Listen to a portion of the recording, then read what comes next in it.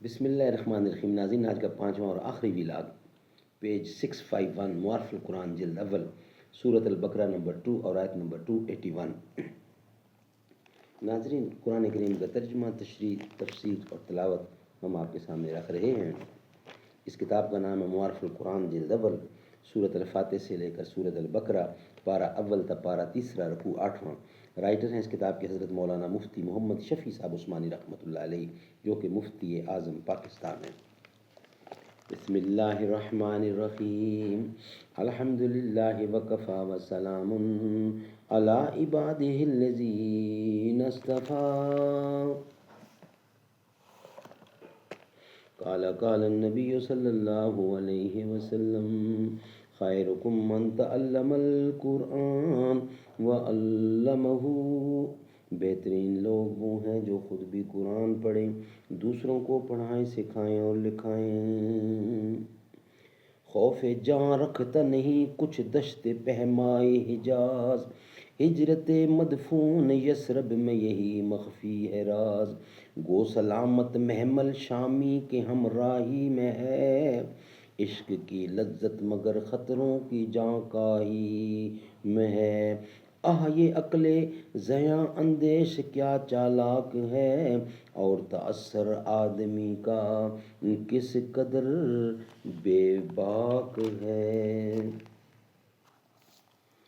اور اگر ظاہری طور پر مال ضائع و برباد بھی نہ ہو تو اس کے فوائد اور برکات و ثمرات سے محرومی تو یقینی اور لازمی ہے، کیونکہ یہ بات کچھ مخفی نہیں کہ سونا چاندی خود تو نہ مقصود ہے، نہ کارآمد، نہ اس سے کسی کی بھوک مٹ سکتی ہے، نہ پیاس، نہ سردی، نہ گرمی سے بچنے کے لیے اوڑھا بچھایا جا سکتا ہے، نہ وہ کپڑوں اور برتنوں کا کام دے سکتا ہے. پھر اس کو حاصل کرنے اور محفوظ رکھنے میں ہزاروں مشقیں اٹھانے کا منشا ایک عقل مند انسان کے نزدیک اس کے سوا نہیں ہو سکتا کہ سونا چاندی اور ذریعہ ہیں ایسی چیزوں کے حاصل کرنے کا جن سے انسان کی زندگی خوشگوار بن سکے اور وہ راحت و عزت کی زندگی گزار سکے. اور انسان کی فطری خواہش ہوتی ہے کہ یہ راحت و عزت جس طرح اسے حاصل ہوئی، اس کی اولاد اور متعلقین کو بھی حاصل ہو.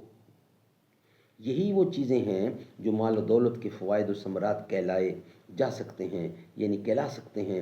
اس کے نتیجے میں یہ کہنا بالکل صحیح ہوگا کہ جس شخص کو یہ ثمرات و فوائد حاصل ہوئے، اس کا مال ایک حیثیت سے بڑھ گیا، اگرچہ دیکھنے میں کم نظر آئے، اور جس کو یہ فوائد و ثمرات کم حاصل ہوئے، اس کا مال ایک حیثیت سے گھٹ گیا، اگرچہ دیکھنے میں زیادہ نظر آئے.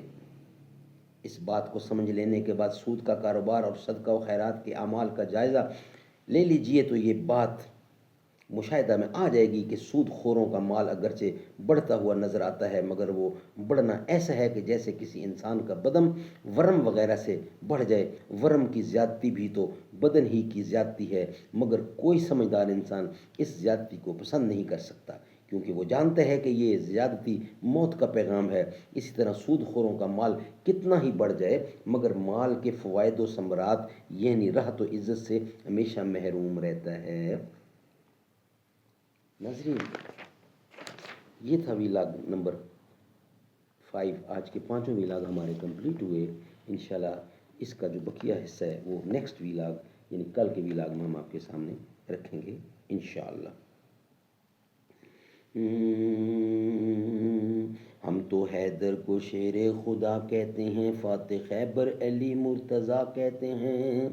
ہے حقیقت میں توہین رب پاک کی جو علی کو بھی مشکل کشا کہتے ہیں.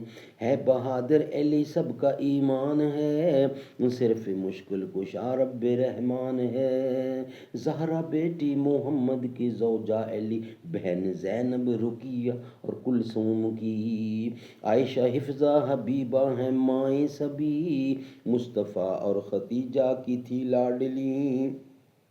جب محمد کے گھر سے وہ رخصت ہوئیں تو گواہی تھی صدیق و فاروق کی.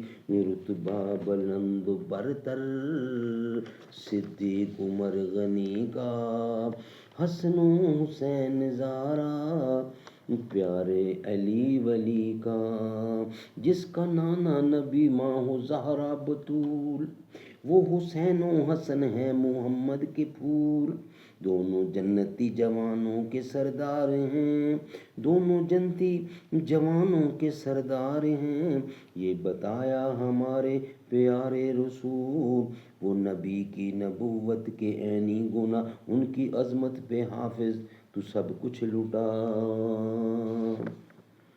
رتبہ بلند و برتر صدیق عمر غنی کا، حسن و حسین زارا پیارے علی ولی کا۔